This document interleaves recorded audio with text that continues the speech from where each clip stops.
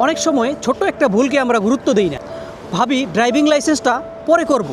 কিন্তু সেই ছোট্ট ভুলটা ইউরোপে এসে হয়ে যায় বড় আফসোসের কারণ। আমি শেখ হাবিব, লিসবন পর্তুগাল থেকে আপনাদের ভাই আছি আপনাদের সাথে। আজকের ভিডিওতে আমি আপনাদেরকে শেয়ার করব বাংলাদেশের ড্রাইভিং লাইসেন্স না বানিয়ে আনলে ইউরোপে আসার পরে কি কি সমস্যার ভিতরে আপনার পড়তে হবে, কতটা ভোগান্তি পোহাতে হয়, আর কি সুবিধাই বা আছে। আপনি যদি বিদেশে আসার চিন্তা করে থাকেন বা ইতিমধ্যে ইউরোপে থাকেন, তাহলে এই ভিডিওটি আপনার জন্য হতে যাচ্ছে খুবই গুরুত্বপূর্ণ। তাই আর দেরি না করে শুরু করা যাক আজকের এই গুরুত্বপূর্ণ ভিডিও। সো হ্যালো ভাই ব্রাদার, কি অবস্থা সবার, কেমন আছেন? This is Habib. So guys, আজকে আপনাদেরকে আমি বলবো যে আমাদের বাংলাদেশের লাইসেন্স কতটা গুরুত্বপূর্ণ এই ইউরোপে, বিশেষ করে পর্তুগালে। তো আমরা অনেকেই বাংলাদেশে গাড়ি চালাতে পারি, মোটর সাইকেল চালাই, থাকেও সবার বাসায় বাসায় মোটর সাইকেল থাকে, কিন্তু আমরা ড্রাইভিং লাইসেন্সটা বানাইতে আমরা অলসতা করি আর কি। যা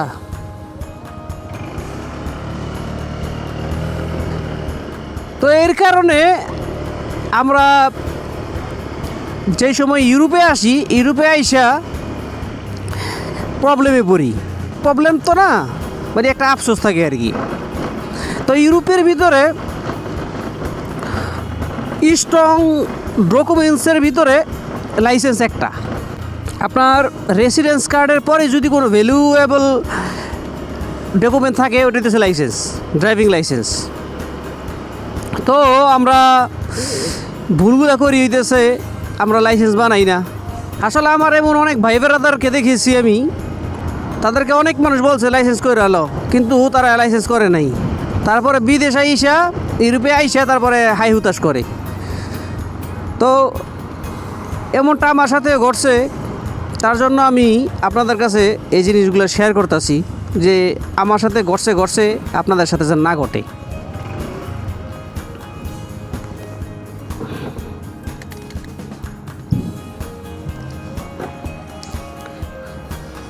হেলদি জাঙ্কিতে আমরা আইসা পড়ছি, খাবারটা নিয়ে নিই। হ্যাঁ, জিমের জন্য খাবারটা নিয়ে নিই। ওলা জিম সি obrigado.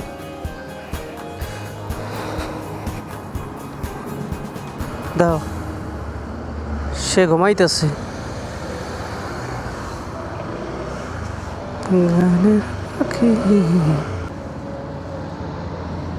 নির্বোধ ছিলাম কারণেই অনেক কিছু শিখছি লাইফের থেকে। তো শিখছি, এগুলো আপনাদের কাছে শেয়ার করি। যে সময় যেই জিনিসগুলো করা আমার বোকামি ছিল, বা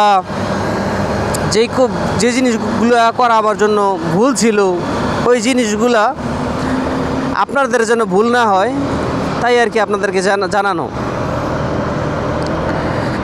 তো আমি তো বাংলাদেশে থাকতে আমার এনআইডি কার্ডও বানাই নেই, লাইসেন্স তো দূরের কথা। তো আমি লাইসেন্স বানাইছি এই দেশে আসার পরে, কার্ড পাওয়ার পরে। তো এটা একটা লং প্রসেস আর একটা ভেজাইল্লা জিনিস। তো আমি কিভাবে লাইসেন্স বানাইছি বা আমি কিভাবে লাইসেন্স পাইছি, তো এইগুলা আপনাদেরকে পরে এক সময় জানাবো যে আমার লাইসেন্স পাওয়াটা কত কঠিন ছিল। তো সহজ পন্থা হইতেছে, আপনারা যদি বাংলাদেশে আছেন অলরেডি, তো আপনারা যদি ড্রাইভিং লাইসেন্সটা বানায় রাখেন, তাহলে কিন্তু আপনার একটা সুবিধা আছে। সুবিধাটা কি? আপনি এদেশে আসার পরে, এখন বর্তমানে তো 70 বন্ধ, আসবেন তো ম্যাক্সিমাম D1 বিষয়, আসার পরে তো কিছুদিন পরে কার্ড পেয়ে যাবেন, তাই না? কার্ড পেয়ে গেলে আপনি, যদি আপনার লাইসেন্সটা পুরানো হয়, আপনি এদেশে ট্যাক্সি বা টিভিডি করতে পারবেন। কার্ডটা পাওয়ার পরে আপনি কনফিডেন্সলি একটা জিনিস করতে পারবেন। আপনি এটা না করলেন, আপনি জব করলেন, কিন্তু জবের পাশাপাশি যদি আপনি এটা করেন, যেহেতু পর্তুগালে আসেন, পর্তুগাল হইতেছে স্বর্গরাজ্য, আপনারা জানেন। স্বর্গরাজ্য হইতেছে মানুষ হয়তো বা অনেক কয় পর্তুগাল লাইফ অনেক কঠিন, মানুষের ডিমোটিভেট করে, কিন্তু না ভাই, আমার কাছে আমি কেউ ডিমোটিভেট করি না, যে সত্য এটা সত্যই। আপনি যদি পর্তুগালে আসেন, আপনার প্রথম অবস্থা হয়তো একটু আপনার বেতন কম থাকবে, আপনার চলতে ফিরতে কষ্ট হইব, কিন্তু একটা সময় আপনার ইউরোপের লাইফটা সেটেল হয়ে যাব। আপনার ইউরোপের লাইফটা আপনার নির্ভরযোগ্য একটা লাইফ পাইবেন। কারণ হইতেছে এই দেশে আপনি একটা সময় গিয়া পাসপোর্ট পাইবেন বা পার্মানেন্ট রেসিডেন্ট পাইবেন খুব সহজে, অন্য দেশের মতো না। যাইতে লইছিলাম অন্য রাস্তায় আপনাদের সাথে কথা বলতে বলতে, কিন্তু এখন আবার ঠিক রাস্তায় এসে পড়ছি। এখানে রাই গেল এই গাড়িটা, গাড়ি দিতে হইব, দাঁড়ান একটু পরে কথা বলি। আমরা খাবারটা ডেলিভারি দিয়ে নিই, আনারে দিতে হইব। আনার বাড়ি কই?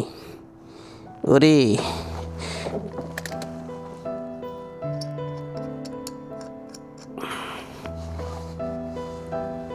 আনা কয়তলায় থাকি? ও একতলায়, বেশি উপরে না, পাও ব্যথা তো। 37 নাম্বার বাসা, ওই যে 37।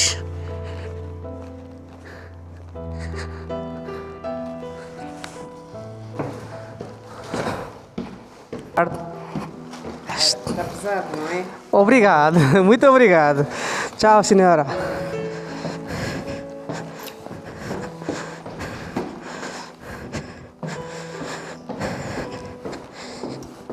লাইভ টিপস পাইলাম 1 টাকা, প্রথম অর্ডারে 1 টাকা। তো সকালবেলা প্রথম অর্ডার, 1 টাকা টিপস দিল, খারাপ কি? যেমন আমি এক ফ্যাক্টরিতে কাজ করতাম, তো ওইখানে আমার বাসা থেকে অনেক দূরে ছিল আপনার এই ফ্যাক্টরি। ওইখানে কোনো বাসও ছিল না, ট্রেনও ছিল না যে আপনি কাজে যাওয়ার জন্য, গ্রাম সাইড তো। আপনারা বাংলাদেশে যেহেতু আছেন, বাংলাদেশের লাইসেন্স ইউরোপের অনেক কান্ট্রিতেই এক্সচেঞ্জ হয়। তো আপনার যেহেতু এক্সচেঞ্জ হয়, তো এই জিনিসটা আপনি কেন বানাইবেন না?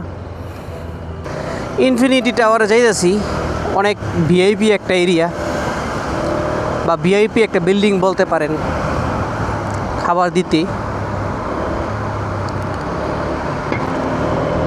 এই যে এটা ইনফিনিটি টাওয়ার, আমার সামনে যে বড় বিল্ডিংটা, এটা হচ্ছে ইনফিনিটি টাওয়ার।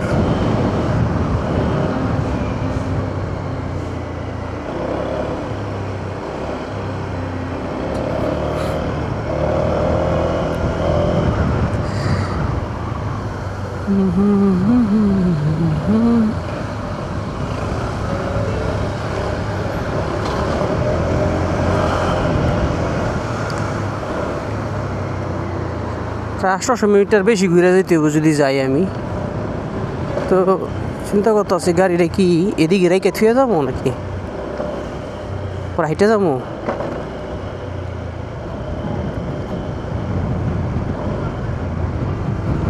এই করি, গাড়িটা এই জায়গায় রেখে যাই।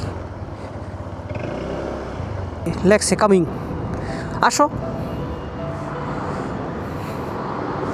সমস্যা নেই, আমি তোমার জন্য ওয়েট করতেছি জিম।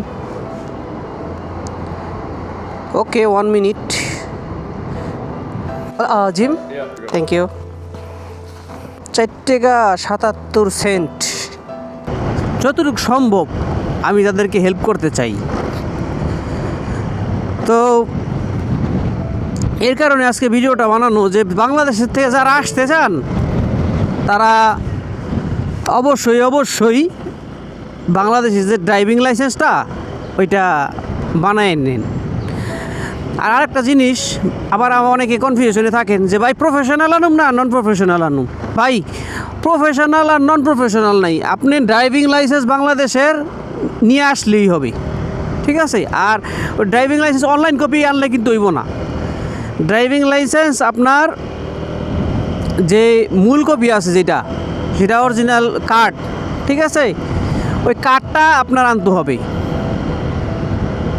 অনলাইন কপি আনলে কিন্তু হইব না। আপনার অনেকে আমার মেসেজ দিয়েছিল ভাই অনলাইন কপি আছে আমার কাছে। ভাই অনলাইন কপি কিন্তু হইব না, আপনি যেভাবে পারেন ম্যানেজ করে আপনারা মূল কপিটা নিয়ে আসবেন, তাইলে আইসা এক্সচেঞ্জ করলে আপনি কিন্তু অনেক ভালো একটা বেনিফিট পাইবেন।